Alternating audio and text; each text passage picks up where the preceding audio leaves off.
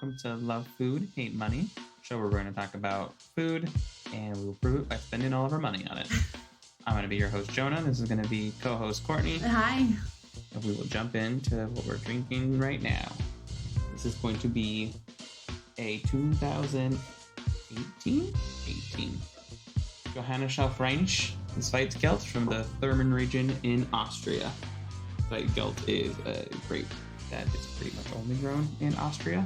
Red fruit from when I remember it. I'm going to taste it right now. You can talk about what you look like you just got punched. I don't know. Is there something like off about this bottle specifically because like it was weirdly leaking because it was a screw top? It's got like a... It wasn't leaking because it was a screw top, because there's plenty of solvents that the capsule completely closes right, but this bottle was in a weird state of existence. Yeah. Like it tastes like it got to know the air a little too well before we got to drinking it. It's also been open for a little bit too long, which is, I think, worth noting and talking to people about, is that wine's got a shelf life. So if you have a bottle and you open it and you wait too many days, I don't know, most wine's about a week depending on the varietal. It depends on the varietal. It depends, like this varietal is storage and all that. Right, having actual proper storage and not bright under fluorescent lights on our countertop. Like proper wine connoisseurs. Are LED lights. Oh, they're LED? Yeah, the ones under the countertop. Oh, those things were spooky. I remember when we discovered them and we didn't know that we had them in the house. They terrified me. I was like, why is there a light coming from the kitchen? I turned all the lights off. Good time. You can sort of taste what this wine is supposed to taste like. Red fruit was where I would go with it. It's not, I wouldn't say it's very complex. I would say it's pretty straightforward. Like it's just Weizgeld in general is not considered to be like hyper complex. Like you're not going to be searching for too much. It's more of a daily driver. Yeah. But yeah, I think the notes on the actual bottle itself, because their English marketing team is great, highly versatile. Typical smooth tannin and cherry flavor. So yeah, I think even the tasty notes on the actual bottle, it's like it tastes like what it tastes like. So don't overthink Weizgeld and drink it in a shorter time frame than we have, because we've had this bottle open for too long. Mm-hmm. So then it's gonna get cooked with. Cooking wine. So last week's episode was ramen. Part 2, baby.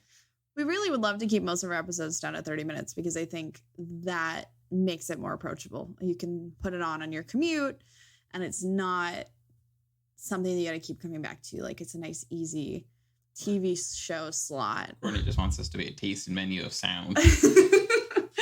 Whereas like obviously the interview episodes are longer, but when you get on something that you're as passionate about as we are, then you got to talk a lot longer. Yeah. We didn't even get to mention probably my favorite shop that has locations here in the United States now that we're very excited to go try at some point. The closest one is in LA. LA. For any of you that haven't watched Letterkenny, that's another great recommendation for you. Not related, but it's where the LA bit comes from. But yeah, that one was called A Furry ramen. We went there twice. Yeah. Which on a trip where you could have literally hundreds of bowls of ramen and not have the same one, and we went for it twice, it was life-changing. I do think that part of that is we don't get a lot of yuzu. Yes. In general in the United States used well. Or even fresh, because they were literally grating it over the bowls of ramen. Mm-hmm. Which is, I wonder how they do it, because it's the same shop in United States now. They would have to ship it directly. Yeah. There's not a ton, yeah. Yuzu is not a very common ingredient. I know that restaurant I work at uses it from time to time. We'll make yuzu koshus and stuff like that, but it's a delicious citrus. And in the context of ramen, because they specialize in a yuzu shio ramen, so yuzu salt ramen. Essentially, it was so, because we went in the summer and it was heart of rainy season. Yes. So it was really nice, just light and refreshing, which is hard to. Doesn't really go with ramen. Refreshing is the opposite of sometimes how you feel after eating a bowl of ramen. Yeah, it's a big warm hug broth, but this one was light and delicious, and they had piggybacking on the highball culture conversations, like they had a highball machine that was rigged with some yuzu in it as well. So they had yuzu highballs to go with this yuzu ramen, and it was one of the better restaurant experiences that I have. It's probably one of the best meals I've ever had. There's a lot of places that I go to and I'm like, oh, I remember eating there, but I don't like remember the food that much. And this is one where like obviously it was hyper focused because it's a ramen shop, but the flavors and like trying to like search for that flavor profile again. Well, and I think if memory serves, a core memory too, they also were serving like raw Mizuna lettuce on top. So there was also this like crisp. Mm-hmm. That was on one of them aspect. I think it was the one I ordered. Yeah. Which I had not seen before. And so having that like the brightness of the yuzu and the crisp of the Mizuna and just like all of that working together was just so delicious. Which brings to another important part of talking about ramen is, what's your favorite ramen topping? My favorite ramen topping? Yeah, you mentioned chashu, but like, is that the actual favorite, or is there like a specific topping where you're like, it has to have this for me? Green onion. Interesting. Neji. Because I like the texture of it, and I like the like we were just talking about this earlier today. I have this weird obsession with onions. Really upsetting. I think onions are so versatile and so delicious, and I really love. They have those hand crank machines that a lot of the ramen shops use to get that finely shredded. Yeah, they green have onion. A specific machine that you can just like pull the onion through to get it to threads. And I love the way that eats with the noodles. Yeah. Other than that, like marinated bamboo, because for me, Menma's an interesting one. I want the toppings to add more textures because the flavor's there. Like if your soup is good, your tare is good, you've got fat in there, maybe you're using a katsuobushi salt, like you've got all these flavors. Mm-hmm. Now I want the toppings to take it to the next level and be the textural element. Right. I think for me, egg. Yeah.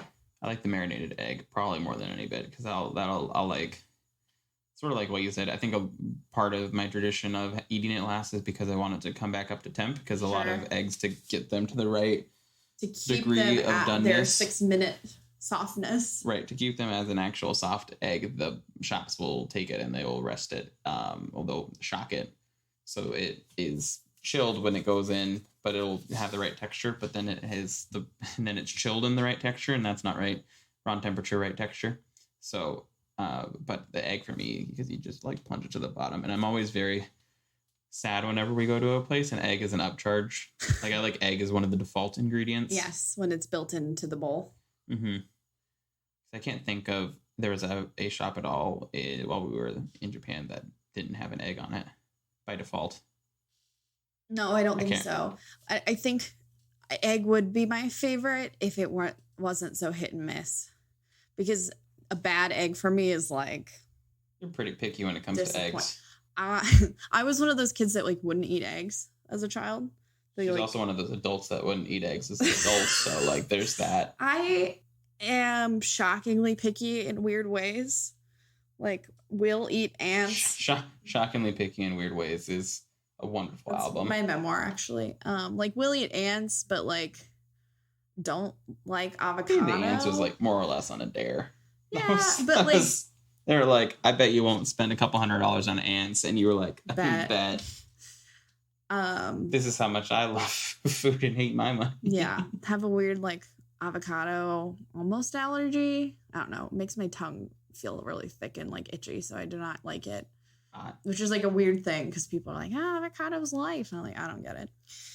Avocado might be one of the most overrated ingredients. Just this is not the avocado episode. That would be a short episode for us because there's me being like, yeah, pretty overrated, and you're like allergic, and then that's just that's the episode. I just don't. This is also the avocado episode. But yeah, I can be really picky sometimes because I'm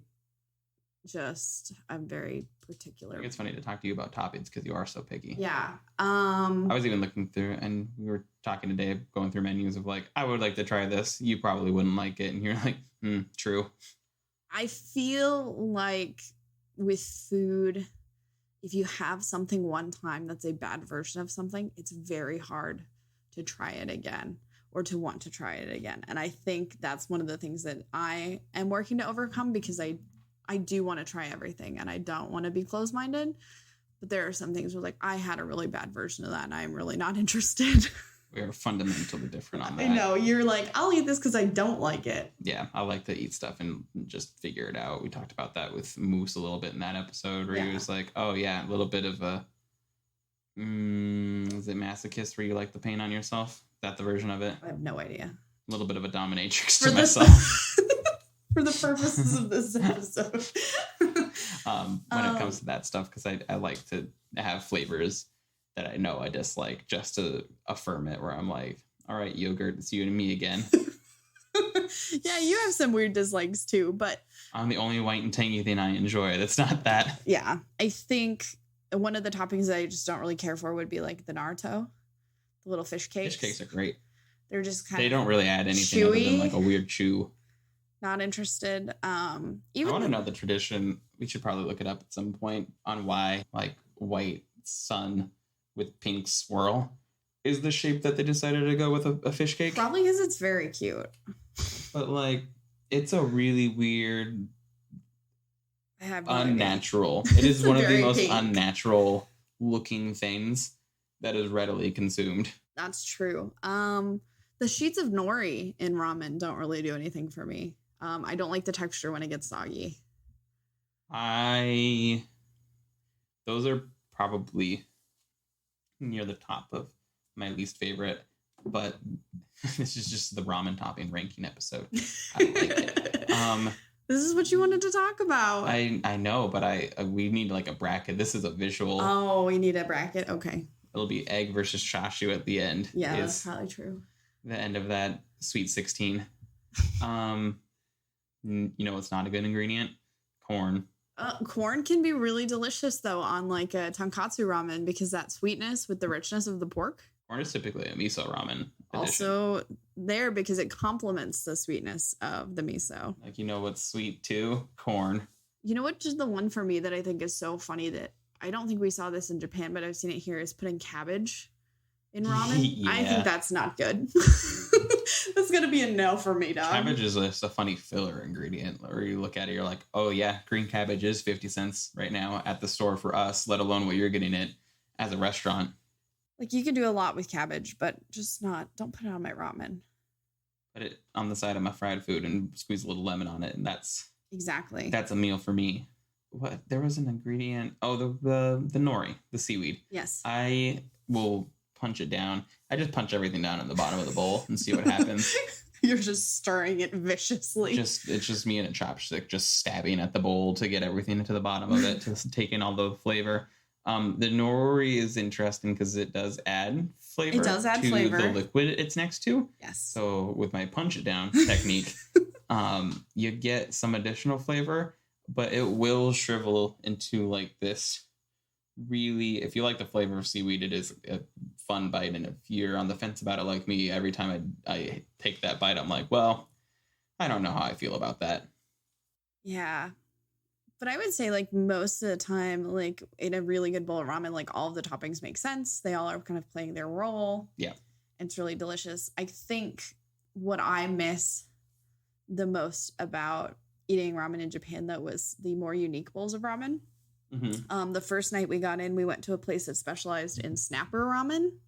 Snapper ramen was very good.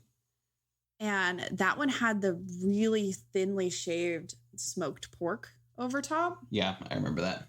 And that, you don't see that very often, like the super, like, paper thin shaved. It was also a really weird color. Like, it was pink. It was like lunch ham pink. Yeah. Like, I can't remember what they said they smoked it over, but so good. It was very good. It played with the snapper flavor of the broth well. Because that same concept, they had multiple shops with different like focuses. So there was the snapper one, and then the duck ramen that we had, which was also incredible, was that same restaurant group of sort. I don't know if they call them restaurants. Yeah, they were like sister restaurants, and I think the duck ramen was life changing. Duck ramen was good. Duck because ramen was good. it was $12 for like half a duck breast. Yeah, it was a lot of duck for the price, which was shocking because you get duck here and it's like, well, that's going to be $40. Gonna be a $20 to $40 entree, depending on if you're just getting a duck breast or if you're getting duck breast with the risotto. Yeah. Because that's what goes with duck breast in every restaurant and here. Cherries. Duck and cherries. I think something that we should adopt as a culture is the vending machines. The ordering system? Yes. I think we have with the automated ones, but the weird electronic ones at like a McDonald's are really scary versus just no, I don't want a tablet. I want this giant clunky light up machine where it prints me a ticket. And then you take the ticket and that's it. That's all she wrote. Yes. And it's a pretty satisfying system. It's so fun. Is it fun because it's different for us or is it actually fun? That's what I can't decide. It's probably fun for us, different for us. I think it's also really efficient because efficient. You eliminate someone taking orders and it tells you exactly like what the price is going to be as you order it. There's no like questions. It's the change out. It's a no tipping culture there. So, like everything's taken care of and built into the price. And when you finish eating, you get up and leave. That was a different part of the experience that I think we struggle with. And I think it's interesting culturally to eat in ramen shops there because there's I think in the United States, here in Arizona, and I think if you look at Europe, that's eating time is like a communal hang we're gonna out. Have the food. We're gonna like enjoy this experience versus our time in Japan, especially at ramen shops. It's a very focused like, no, we're eating. It's eating time. We're not talking. Like you're not.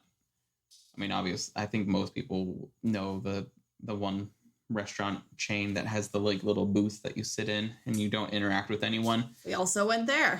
We did go to that one of their locations in Japan. It was pretty good. I would say near the bottom of the list though. Some of the worst ramen, still better than a lot of stuff you get here, but of the things we had there, not my favorite.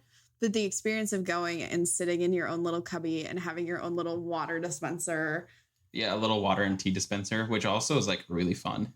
Having your little ordering sheet that you like slide through and like you don't ever see the face of the person serving you. Yep. You would think that would feel very impersonal, but it actually felt more like a fun game. It was impersonal and also a game, and also like I think for us, there's that lack of interaction. I don't know. For me, it almost felt like a sign of wealth, where I'm like, I don't even have to talk to people; they're just bringing it to me. Wow. Okay, that's something to learn about you. But I think it also the eating culture does play a big factor into it because even just the way that the water pitchers were always on the table and it was fill your own water, chopsticks were in a bin on the table already, napkins were there. Like it's very minimal interaction and it's very streamlined.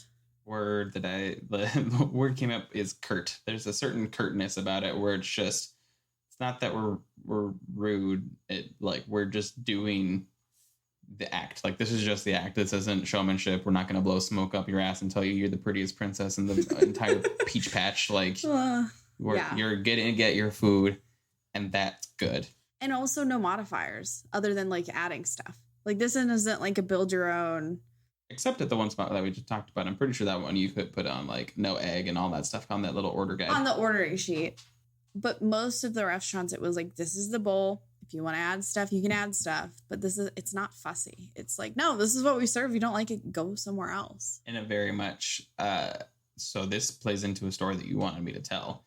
There is something very pure about just going to a vending machine and like poking it and you've made your choice versus I learned that the wine vocabulary for people, like I've been serving wine, learning about wine for 4.5 years for wine specifically. Like I've been reading about it, interested in it since I was a teenager. I want to say like 15, 16. I remember like having thoughts of like, I want to be one of the youngest sommeliers ever. And I want to take over the world. I want to be the sommelier from the United States that like passed without ever tasting wine because it's illegal. Now you're old. Boo. Now I'm an old loser and I don't have any certifications to my name. Just have had quite a few bottles of wine. But I learned that you learn early on that like meeting people where they're at, or at least if you want to be good at it, you have to meet people where they're at on wine knowledge.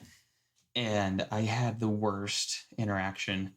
So serving a guest, and he was talking about, I think he was trying to impress his mother-in-law and was just trying to order a bottle of wine for her, but like was committed to ordering a wine that was buttery. There was not really buttery Chardonnays on the list. Like there were other wines that had gone through malolactic fermentation and would scratch the itch, but they weren't Chardonnay specific. So I was trying to explain that to him. Would you say buttery is more of a quality in wines that aren't necessarily like something you're going to find in a nice restaurant? Like that's maybe more of like a buzzword for like grocery store type wines? I mean,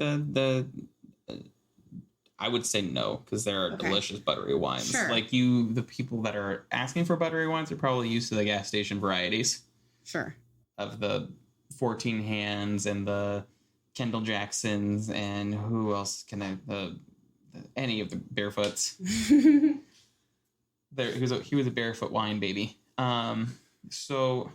But no, because buttery, like there's really, really high quality. Right. But my question was more towards like most people who are asking for that, they don't know probably as much about wine. They don't know what they don't know. Right. And so like that immediately I was like, no, we don't have this. We can do this. He was honed in on Burgundy, but he wanted buttery. Burgundy doesn't make buttery Chardonnay. They make productive style. Like I eventually got to a weird middle ground with them and it passed. Phew.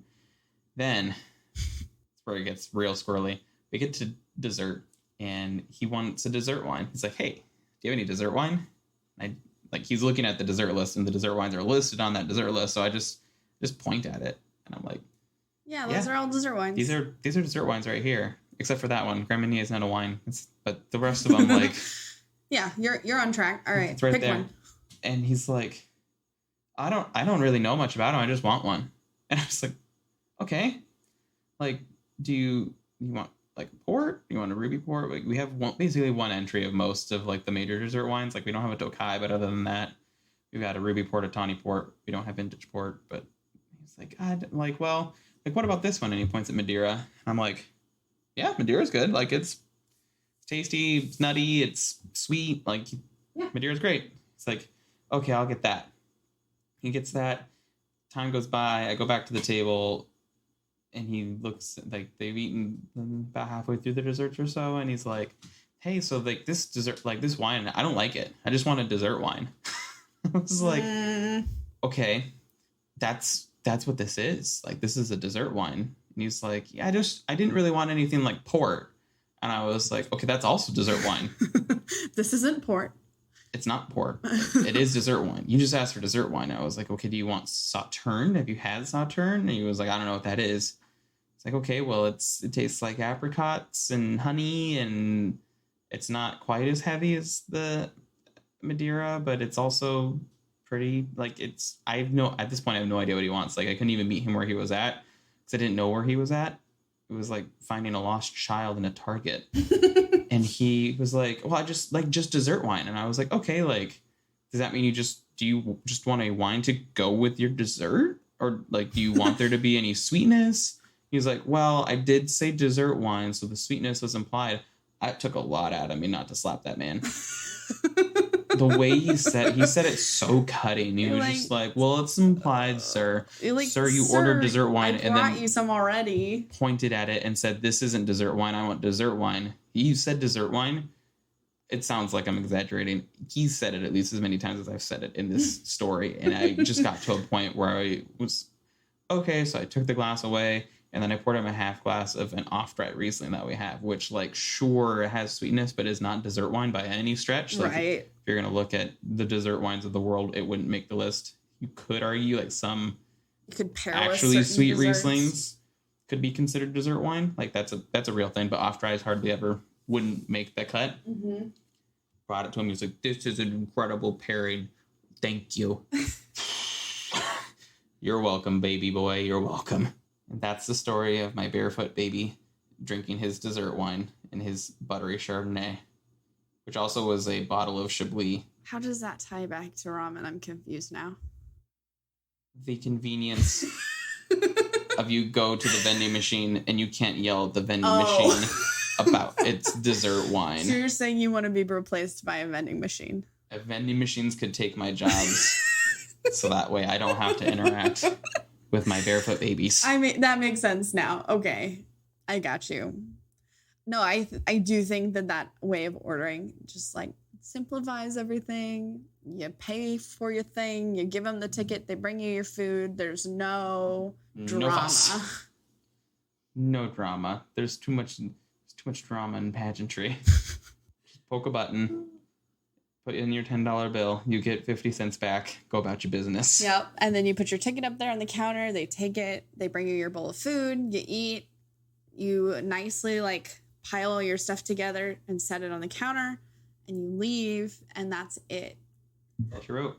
Which is like my dream now of like if I was to own, I have 2 dream restaurants. It would be either something like that where it's very minimal front of house and like super quick service, very easy, or a revolving restaurant, or revolving restaurants are very good. Or I would want to run a food court and pick who gets to be in my food court because that would be fun. Similar to the ramen shops that we've been talking about, where you can have it curated. Like, hey, I really enjoy your restaurant. Amazing. Will you open up this stall in this area and serve like 5 dishes that you think are great? Cool. And then go about your business. I think there's a couple of those that have opened up in Arizona as far as like an elevated quote unquote food court, but I don't like any of the food that's in them. So it would be fun to. Well, I think also it's harder to do that here because there's certain months out of the year where it's too hot. I've heard of places in like Portland that do them, or even just like better food truck meetups. Right. The food courts and stuff where like food trucks are focused typically on a dish and can do it really well. Yep. The last thing I want to touch on too is ramen recipes, because they're very hard to come by. When we got back, I spent a good chunk of time online trying to find, like, fun fact, you can switch your Amazon over to any country. I have ordered stuff from Amazon Japan, and I was really hoping I would be able to find a like traditional ramen cookbook that maybe had some English translation so I could figure it out. Otherwise, I was not above some Google Translate. Google Translating while in Japan is funny. There's a lot of like turns of phrase that just don't translate in any language. So there'd be times you're walking through and it's like the restroom, and then the kanji for it is like, where we drowned the babies. What? that is an exaggeration. That never actually happened. But the loss in translation did happen many times, and you're like, wait, what does that say? But what I've found to this point is Ivan Ramen's cookbook. Ivan Orkin, he was a chef from New York who opened a ramen shop in Japan and was like one of the only white dudes to actually run a successful ramen shop. Gaijin, his other book. Yes. Outsider. Have that book as well because I highly recommend anything I really appreciate involved with him. His recipes. They're very easy to follow and they're very precise. Mm-hmm. Does everything in grams as one should. He weighs it all out. Weigh everything. And as far as like the closest you can get to ramen in Japan is if you follow his shio ramen recipe. And that's the one I say, like, it takes me 4 days to make. Yep. You make the noodles from scratch. You make the double soup. You make the tare. You make the chashu. Mm-hmm. And you do the eggs. Import various types of salt and things that are like pretty uncommon. Like you have to go to a couple different specialty grocery markets. Yeah. Otherwise, you're just not going to get the ingredients that you need. Yeah. Which is another fun thing. Like go spend time at your local Asian markets. Market. Like they're fun. And even try all their instant noodles because they're very fun and they're very interesting. I will say that as great as all of the top ramens and the Nissin brand stuff is, I think that the Korean instant noodle, the Ramyuns, have really popped off because the little chicken dude, the little spicy AF. The spicy as hell little chicken dude ramens, I think are probably. I would think most people that have had them that I know or universally agree that they are better than like just getting a beef top ramen or something like that. Their noodle texture is so good. They've got the noodle texture. If you like spicy food, they got heat. If you don't like spicy food, I don't think they make a not spicy version, so just disregard. Be better. Eat the spicy foods. Just eat it. It's good for you. It makes you sweat. You'll eat less because your tummy hurts. It's a great time. Do you have any more ramen thoughts? My ramen thoughts are Korean instant ramen is good. I don't think it's called ramen at that. It's ramyun. Yeah. Yeah. RAMUYUN, right? I think that's how it's spelled. At least in the Roman characters. Right. No, I enjoy talking about ramen and eating ramen. And if anybody has ramen recommendations, tell us where to go, and then we'll roast you on if you picked a bad ramen shop. Yeah. So you've been warned that I will tell everyone that it's okay to be wrong. I just think at the end of the day, you should like what you like. Makes you happy, baby. And if somebody else says that they don't like it, that is their opinion. Yep. And they're entitled to their opinion, and they're entitled to be wrong. And so are you.